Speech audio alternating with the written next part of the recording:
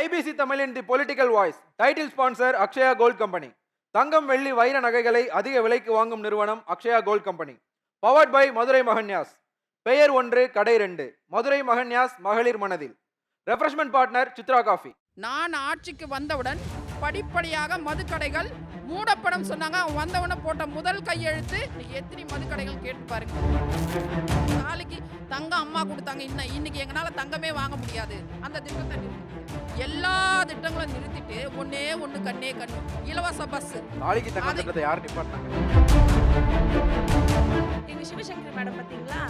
அதுல ஒரு விஷயம் சொல்லட்டுமா? நான் எந்த ஊர்க்காரி தெரியுமா? பொள்ளாச்சி. ஞாபகம் வச்சுக்கோங்க. பொள்ளாச்சிங்கிற அந்த கொடிய சம்பவத்துக்கு நான் உங்களுக்கு தீர்ப்பு வாங்கி தரமான்னு சொன்ன மாதிரியே மே 9 தீர்ப்பை வாங்கி கொடுத்துட்டோம்ல. அக்ஷயா கோல்ட் கம்பெனி அடகு 7 நகைகளை மீட்டு அதிக விலைக்கு விற்க அக்ஷயா கோல்ட் கம்பெனி. மதுரை மகன்யாஸ். பெயர் 1 கடை 2. மதுரை மகன்யாஸ் மகளிர் மனதில். சித்ரா காஃபி.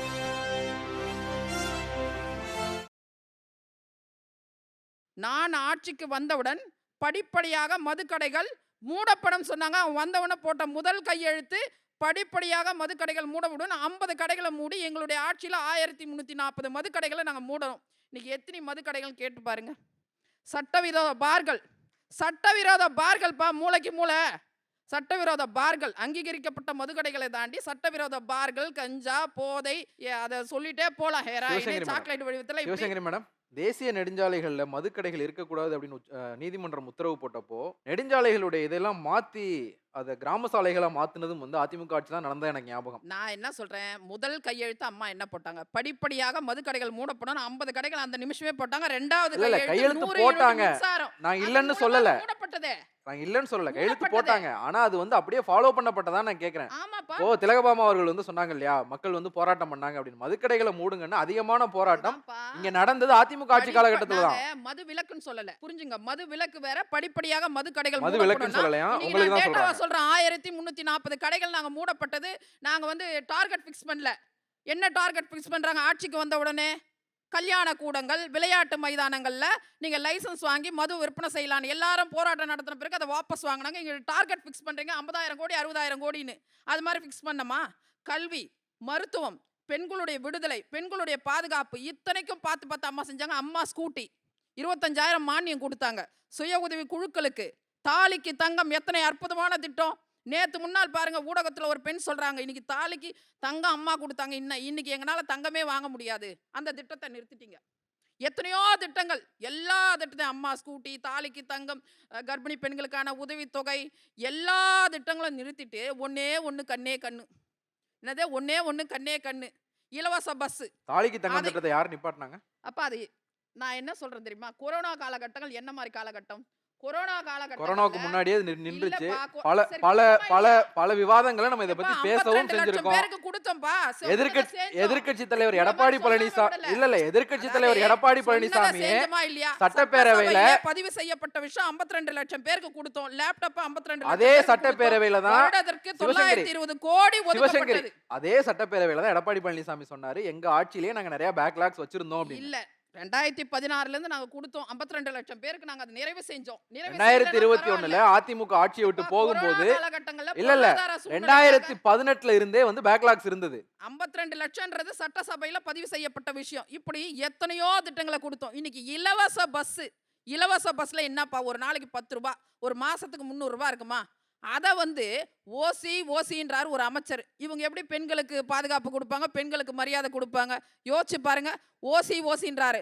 1000 ரூபாய் பணம் கொடுக்குறீங்க. எல்லா திட்டங்களும் நிறுத்திட்டு ஒத்தையா கொடுத்து கத்தையா பறிக்கிறீங்க. அதை என்ன பண்றீங்க? இப்ப அதுக்கு கூட பலபலன் இருக்கிற, என்னது பலபலன் இருக்கிற, அந்த 1000 ரூபாய் கொடுத்துட்டு பலபலன் இருக்கிறன்றாரு ஒரு மந்திரி ஓசின்றாரு. ஒரு மக்கள் பிரதிநிதிகள், ஒரு அமைச்சர்கள் இவங்களே பேசினா அவங்க கீழே இருக்க நிர்வாகிகள் எந்த அளவுக்கு பாதுகாப்பு கொடுப்பாங்க? ஸ்டான்லி ஹாஸ்பிட்டலில் ஒரு நோயாளி படுத்துட்டு இருக்காங்க, அங்கே போய் வன்கொடுமை செய்யறான் ஒருத்தன். யோசிச்சு பாருங்க. ஸ்டான்லி ஹாஸ்பிட்டலில் இருக்க ஒரு நோயாளிக்கு கூட பாதுகாப்பு இல்லை. வெறும் பாலியல் வன்கொடுமை மட்டும்தான் நடக்குது. எதுக்கு சொல்லுங்க? அவன் தன்னை மறக்கிறான், தன் சுயநினைவை மறக்கிறான். எதனால மறக்கிறான்? கஞ்சா போதை, கஞ்சா போதைக்கு அடிமையானவன் சுயநிலவை மறந்து என்ன பண்றான், பெண்கள் மேல பாலியல் தாக்குதல் பண்றான். அது 70 வயசோ 7 வயசோ, என்னப்பா வட வந்தவரை வாழ வைக்கும் தமிழ்நாடு. வட மாநிலத்தவர் ஒரு குடும்பம் ஒரு 2 வயசு குழந்தைய எடுத்துக்கிட்டு எத்தனை கனவுகளை சுமந்துக்கிட்டு இங்க வந்திருப்பாங்க. அவங்கள வந்து ஒரு வாரம் கூட ஆவல, வேலை வாங்கி தரேன்னு சொல்லிட்டு ஒரு தரமணின்ற ஒரு இதுல கல்லூரியில, ஒரு புகழ்பெற்ற கல்லூரியில அடிச்சு கொன்னு குடும்பத்தோட அழிச்சிருக்கான். போலீஸ் மேல பயம் இருந்தா அது நடக்குமா? சொல்லுங்கப்பா, போலீஸ் மேல பயம் இருந்தா அது நடக்குமா? அதற்கடுத்து நந்தனத்துல ஒரு பெண்ணுக்கு பாலியல் வன்கொடுமை. என்னையா நான் பேசிட்டு இருக்கிறது? நீங்களும் நானும் பேசிட்டு இருக்க நேரமே பாலியல் வன்கொடுமை நடக்குது. 10 மாசத்துல 1349 பேருக்கு என்ன பாலியல் வன்கொடுமை நடக்குது. போக்சோ வழக்குகள் அதிகமா இருக்கு. இந்த அரசு மேல நம்பிக்கை இல்ல, உங்களால பாதுகாக்க முடியாது, மக்கள் முடிவுக்கு வந்துட்டாங்க, அதனால நடக்குது. தோழர் மேல எனக்கு மரியாதை உண்டு, கம்யூனிஸ்டுக்கு மேல மரியாதை உண்டு. ஏன்னா தொழிலாளர்களுக்காக போராடக்கூடிய கம்யூனிஸ்டுகள் ஒரு வார்த்தை அவங்க கூட்டணியில் இருக்கிறவங்க இந்த சாதனை செஞ்சாங்கன்னு கடைசி வரைக்கும் சொல்லலப்பா, கடைசி வரைக்கும் சொல்லல. அமெரிக்காவை பேசினாங்க, ஈரானா பேசினாங்க, மணிப்பூரை பேசினாங்க. ஆனால் ஒரு சாதனை, ஏன்னா தோழருக்கே தெரிஞ்சு போச்சு எந்த சாதனையும் இல்லை, நாங்கள் ஏற்றுக்கலன்றாங்க. தீண்டாமையை பற்றி பேசினாங்க, ஏன்னா தோழர்கள் பேசுவாங்க. ஆனால் நாங்குநேரி போலவோ வேங்கை வேலை சம்பவமோ சுதந்திர இந்தியாவுக்கு முன்னாடி நடந்துச்சா? இன்னைக்கு தீண்டாம தலைவரிச்சு ஆடுது, குளத்துல குடிக்க முடியல, தின்பண்ட சாப்பிட முடியல. எங்கேயா இருக்கிறீங்க? எனக்கு அரியணைன்னா பிடிக்காதுன்னாங்க. அப்போ மன்னராட்சி நடக்குதாம்மா உங்க கூட்டணியில? மன்னராட்சி நடக்குதே, ஸ்டாலின், உதயநிதி ஸ்டாலின், இது என்னம்மா இது? இதுவும் ஒரு அரியணை தான், அந்த அரியணைக்கு தான் நீங்க பாடுபடுறீங்க. அதாவது தூங்குறவங்க எழுப்பலாம், தூங்குற மாதிரி நடிக்கிறவங்களுக்குலாம் நான் பதில் சொல்ல விரும்பல. இல்ல இருங்க, கேள்வி வாங்கிடுங்க. திமுகல கூட்டணி பேச்சுவார்த்தை எங்க நடக்குது? என்ன நடக்குது இன்னைக்கு? எங்க நடக்குது? எந்த இடத்துல? திமுக கூட்டணியா? திமுக கூட்டணியில கூட்டணி பேச்சுவார்த்தை எங்க பண்றாங்க? அதாவது ஆதவ அர்ஜுனாவை பார்க்க ராகுல் போயிருக்காரு, கூடவே பின்னாடி எல்லாரும் போவாங்க. அதான் இல்ல, அது அவங்க கூட்டணி நடக்குது, நீங்க ரொம்ப கவலைப்படுறீங்க. திமுகல கூட்டணி, நான் காங்கிரஸ்ன்ற வார்த்தையே சொல்லல மேடம், நீங்க ஒரு நிமிஷம் இருங்க, நான் காங்கிரஸ்ன்ற வார்த்தையே சொல்லல. திமுகல கூட்டணி பேச்சுவார்த்தை எந்த இடத்துல நடக்குது? இல்ல ஜெயாலினி, இந்த திமுக காப்பாத்துறமா, யார் எந்த ரூம்ல தூங்குறாங்க, யார் எங்க போறாங்க எங்க வராங்கன்ற ஆராய்ச்சி எல்லாம் பண்ணாதீங்க. இல்ல தூங்குற மாதிரி நடிக்கிறாங்க நீங்களே, இப்ப நீங்க தான் கேட்காத மாதிரி நடிச்சிட்டு இருக்கீங்க. இல்ல இப்ப நீங்க தான் கேட்காத மாதிரி நடிச்சிட்டு இருக்கீங்க. ஒரு தனிப்பட்ட கட்சியினுடைய உரிமை அது. இந்த தமிழ்நாட்டுக்கு நல்லது செஞ்சிருக்காங்க, நல்லது செய்யல, இது ரெண்டு தான் வாதம். அதுல உறுதியாக இறுதியாக நன்மை செஞ்சிருக்கோம் வாதங்களை நான் வச்சிருக்கேன். சிவசங்கரி மேடம், சிவசங்கரி மேடம், அத வச்சீங்க. நான் ஒரு கேள்வி கேட்டேன், நீங்க என்ன சொன்னீங்க? தூங்குற மாதிரி நடிக்கிறாங்க நீங்களே. ஒரே ஒரு கேள்வி, நான் என்ன பண்ண முடியும்? இல்ல நான் கேள்வி வாங்குங்க. நாங்க பாஜக கூட தான் தொகுதி பங்கீடு பத்தி பேசுவோம் டிடிவி தினகரன் சொன்னாருன்னா, அது அதிமுக கூட்டணியா என்டிஏ கூட்டணியா? எப்ப அவர் அதுக்கு விளக்கமும் சொல்லிட்டாரு. இன்னொரு விஷயம், நேத்து நடந்த மீட்டிங்ல ஒவ்வொருத்தரும் அதிமுக தலைமையிலான என்டிஏ கூட்டணி சொல்லிட்டாங்க. நீங்க என்னதான் கிண்டி ஆளுநர் ஒன்றியம் மோடின்னு சொன்னாலும் இந்த முறை தமிழ்நாட்டு மக்கள் ஏமாற மாட்டாங்க. மீண்டும் அதிமுக தான் ஆட்சிக்கு வர, ரெட்டலைக்கு தான் ஓட்டு போடுவாங்கப்பா. ஆனா நான் ஒண்ணு சொல்லட்டுமா? என்னமோ பாலியல் இங்கதான் நடக்குது, பாலியல், அது நெறியாளர் சரியாதான் கேட்டார். உங்ககிட்ட இருந்தா, அதாவது இன்னைக்கு தான் 2021 தான் தொடங்குதா அப்படின்னு கேட்டார்.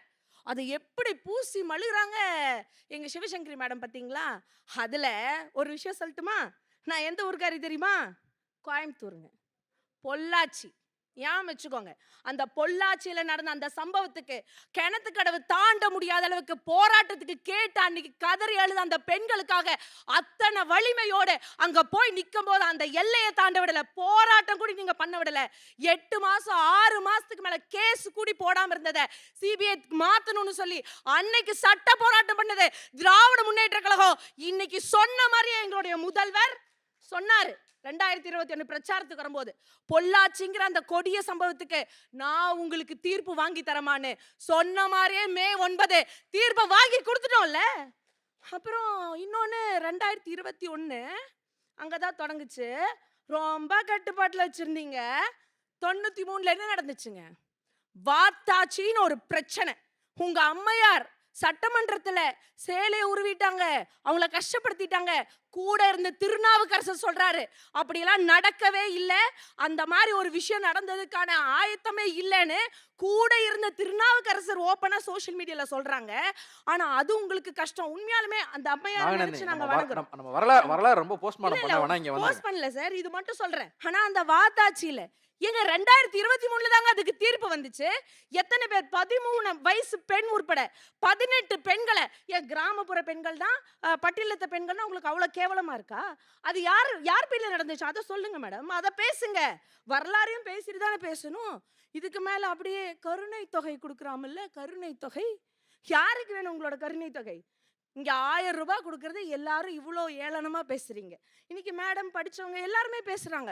அதுவும் நம்ம விருதுநகர் கீர்த்தனா மேடம்லாம் வந்து பயங்கரமா எங்களுக்கு மருத்துவம் வேணும், வேலை வேணும், மிச்சதெல்லாம் வேணும், தண்ணீர் வேணும் எல்லாம் கேட்டீங்க. ஏங்க சரிங்க, படிச்ச எங்க அம்மாங்க வேலைக்கு போவாங்க. இப்போ எங்க வெண்ணிலாக்கெல்லாம் உட்காந்துருக்காங்க பாருங்க. அவங்களாம் ஒரு இன்டர்வியூல கூட சொன்னாங்க, எங்கிட்ட எல்லாம் வந்து இந்த திராவிட சித்தாந்தம், இந்த பெண்கள் படிக்கலாம் பேசக்கூடாது. ஒரு இன்டர்வியூல நான் பார்த்தேன் அவங்க சொன்னதை. ஏன்னா எங்க பாட்டி அன்னைக்கே பிகாம் இல்ல ஏதோ டிகிரி முடிச்சிருக்காங்கன்னு சொன்னாங்க. ஆனா நாகநந்தினியோட பாட்டி 10ஆம் கிளாஸ் இல்ல 4ஆம் கிளாஸ் கூட தாண்டல. ஆனா இன்னைக்கு எங்களுடைய குடும்பத்துல முதல் பட்டதாரியா 5 டிகிரி முடிச்சுட்டு வந்து இங்க உங்க முன்னாடி கெத்தா நின்னு பேசுறேன்னா திராவிட முன்னேற்ற கழகம்ன்ற பேர் இயக்கம் இருந்தனாலதான். இல்ல நீங்க அப்படி அவ்வளோ என்ன பேசுறீங்க? இன்னொன்னு மேடம், அந்த 1000 ரூபாய் யாருக்கு தெரியுமா? படிக்காம வேலைக்கு போக முடியாம நலிவுற்று வீட்டுல யாரு என்னன்னு கேள்வி கேட்க முடியாத ஒரு நிலையில இருந்த அந்த பெண்களுக்கு. அது எப்படி சொன்னார் எங்களுடைய முதல்வர்? உங்களுக்கான ஒரு அண்ணன் ஸ்தானத்திலிருந்து, ஒரு தகப்பன் ஸ்தானத்திலிருந்து உங்க முழு கஷ்டத்தை என்னால ஏத்துக்க முடியாதுமா, ஆனா ஒரு சிறிய பங்கை நான் எடுத்துக்கிறேன், அதனால உரிமை தொகையா உங்களுக்கு தர, இது இலவசம் இல்லைன்னு சொன்னது திராவிட முன்னேற்ற கழகம். என்ன அப்படி அவ்வளோ இதான் பேசுறீங்க? அப்புறம் இங்க டாஸ்மார்க் ஜாஸ்தி ஆயிடுச்சு, டாஸ்மார்க் ஜாஸ்தி ஆயிடுச்சு. சரி மேடம், கூட்டணியிலிருந்து விலகிருங்க. வேணாம், பாமகவும் ஏடிஎம்கேவும் எதுக்கு கூட்டணி? விலகிட்டோம். யாரு டாஸ்மார்க்க கொண்டு வந்தாங்கன்னு பார்க்கணும்ல, அந்த வரலாறு உங்களுக்கு தெரியணும்ல. அதுக்கப்புறம் கம்மி பண்ணது, அது எப்ப ஜாஸ்தி ஆச்சு? சரி 2016 எங்களுடைய தலைவர் சொன்னாரு, நாங்க முழு மது விலக்கு அமல்படுத்துறோம்னு. அன்னைக்கு யாரோட கூட்டணியில் இருந்துச்சு பாமக? சொல்லுங்க. அன்னைக்கு நாங்க ஜெயிக்கல தான். முழு மதுவிலக்கு அமல்படுத்துறோம்னு திராவிட முன்னேற்ற கழகம் சொன்னோம்ல.